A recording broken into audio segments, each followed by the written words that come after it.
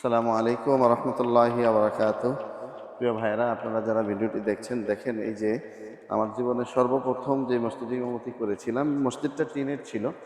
এই যে আলহামদুলিল্লাহ, মসজিদটা প্রায় 17 বছর পরে দেখার জন্য আসলাম যে কালীকিস্তির চর, অর্থাৎ পশ্চিম এশিয়ার কালীকিস্তির চরের এই মসজিদটা নাকি অনেক উন্নত হয়েছে।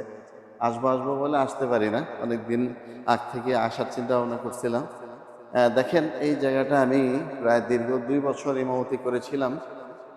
আলহামদুলিল্লাহ, প্রায় 15 বছর পরে আসলাম এই মসজিদে। তো আইসা দেখে আমার মনটাই ভরে গেছে, ঠিক আছে।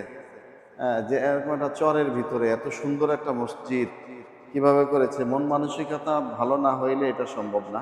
যদিও আমি কালীকৃষ্ণ চর মসজিদে, এই মসজিদেই প্রায় 2 বছর ইমামতি করেছিলাম। সেই সময় থেকে আমি জানি এলাকার মানুষের মন অনেক ভালো, যথেষ্ট সুন্দর। মানে আলেমদেরকে খুব মহব্বত করেন এই এলাকার মানুষ। কিন্তু যে কোনো কারণে আমি এখানে থাকতে পারি নাই। আমাকে তারা রাখতে চেয়েছিল, কিন্তু আমি আরও আমার পারিবারিক বিষয়ে বিভিন্ন যেহেতু এখানে ছিলাম না, আমরা চলে গিয়েছিলাম অন্য কোথাও, যার কারণে মসজিদটি থাকতে পারিনি। তখন এটা ছিল টিনের। দেখতে পাচ্ছেন এই যে চেয়ারটা, সেই এক আলিশান চেয়ার। ইমাম ইমাম সাহেব এটার ভিতরে জুমার আলোচনা করে থাকেন, যথেষ্ট সুন্দর, মাশাআল্লাহ। দেখতে পাচ্ছেন মসজিদটা কিন্তু খুব সুন্দর করে বানিয়েছে। এটা আমার ভালো লাগতেছে এই জন্য যে যেহেতু এটা আমার একটা স্মৃতি, ঠিক আছে। এটা আমার একটা স্মৃতি। এই মসজিদে আমি 2টা বছর ছিলাম। এই এলাকার মানুষ, আমিও অনেক ছোট ছিলাম, যেটা আজ থেকে আরো প্রায় 17-18 বছর আগে এই মসজিদে ইমামতি করে গিয়েছিলাম। এখানে একটা উঁচা কল ছিল। খুব ভয় পাইতাম সেই সময়, ঠিক মতো দাড়ি মোছ ওঠে নাই, হালকা হালকা দাড়ি মোছ উঠছিল। হেফজ শেষ করেই তখন এই মসজিদে মানে ইমামতি করছিলাম। দেখতে পাচ্ছেন মসজিদটা সব হলো 1 2 3 4 5 6 7 8 8 কাতারের একটা মসজিদ। এক এক কাতারে মিনিমাম প্রায় 20 থেকে 30 জন মানুষ, না হলে 25 জন মানুষ মোটামুটি দাঁড়াতে পারবে এই মসজিদে। এই যে দেখতে পাচ্ছেন পিলারের ভিতরে কত সুন্দর কারুকার্য করা। এই যে পিলারের ভিতরে কারুকার্য করা।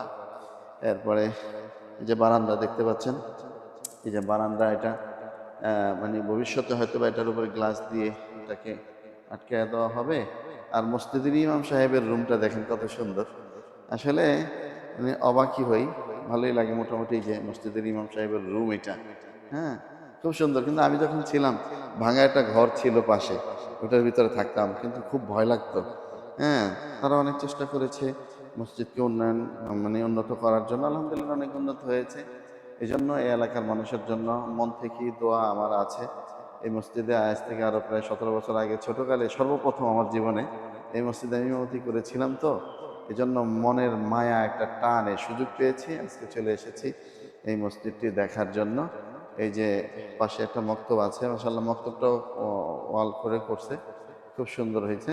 তো যাই হোক, আপনাদের সামনে ভিডিওটা এই জন্য করা যে এটা আমার একটা স্মৃতি, জীবনের সর্বপ্রথম এই মসজিদে ইমামতি করা। তো এই জন্য আবেগ আপ্লুত হয়ে ভিডিওটা করলাম যে আজ থেকে 17 বছর আগে কি ছিল, এখন বর্তমানে মসজিদের কি অবস্থা। তো একটা জিনিস আফসোস লাগে, মসজিদ সুন্দর হয় কিন্তু মুসল্লি দিন দিন কাঁচা হয়। আসলে সবার উদ্দেশ্যে একটা কথাই বলবো, মসজিদ পাকা হওয়ার সাথে সাথে মুসল্লিও পাকা হতে হবে, মুসল্লিরাও নামাজি হতে হবে। যদি এটা করা যায় তাহলে এই মসজিদ করার মধ্যে ফায়দা। তাহলে মসজিদ আলিশান মসজিদ করে রাখলেন, কিন্তু মসজিদে মুসল্লি নেই, মসজিদ কাঁদতেছে মুসল্লির অভাবে। এটা আসলে খুবই দুঃখজনক। এটা আসলে হইতেই পারে না। যেহেতু আমরা মুসলমান, আমরা মুসলমান হওয়ার সর্বপ্রথম দেখেন, একজন মানুষ কালকে যদি ইহুদি খ্রিস্টান বা মুশরিক থাকে, সে কালেমা পড়ার পরেই তার সর্বপ্রথম কাজই হলো ইসলামের মধ্যে ঢোকার পর আল্লাহর ইবাদত হিসাবে এই নামাজ আদায় করা। এই জন্য সকলের উদ্দেশ্যে বলছি, অবশ্যই 5 ওয়াক্ত নামাজে পাবন্দী হন, নামাজি হন। জুমার সময় অবশ্যই আগে আগে এসে আলেমদের কাছ থেকে আলোচনা শুনবেন, আলেমদেরকে মহব্বত করবেন, ভালোবাসবেন। দেখবেন আলেমদের সাথে যদি জুড়ে থাকতে পারবেন, মহব্বত করতে পারেন, তাহলে আলহামদুলিল্লাহ মোটামুটি ইনশাআল্লাহ দুনিয়াতেও শান্তি পাবেন, পরকালেও মুক্তি পাবেন। কারণ আলেমরা হইল নবীদের ওয়ারিস, আর নবীদের ওয়ারিসদেরকে কেউ সম্মান করলে আল্লাহ রাসূল সাল্লাল্লাহু আলাইহি ওয়াসাল্লাম তাকে সম্মান করবেন, ভালোবাসবেন। আল্লাহ তাআলা তাকে সম্মান করবেন, ভালোবাসবেন। আলেম বিদ্বেষী হব না, আলেমদেরকে ভালোবাসবো, মসজিদ বান্ধব হব, এবং বেশি বেশি দানের হাতকে বাড়িয়ে দিয়ে আমরা মসজিদ মাদ্রাসার উন্নয়নের জন্য কাজ করব।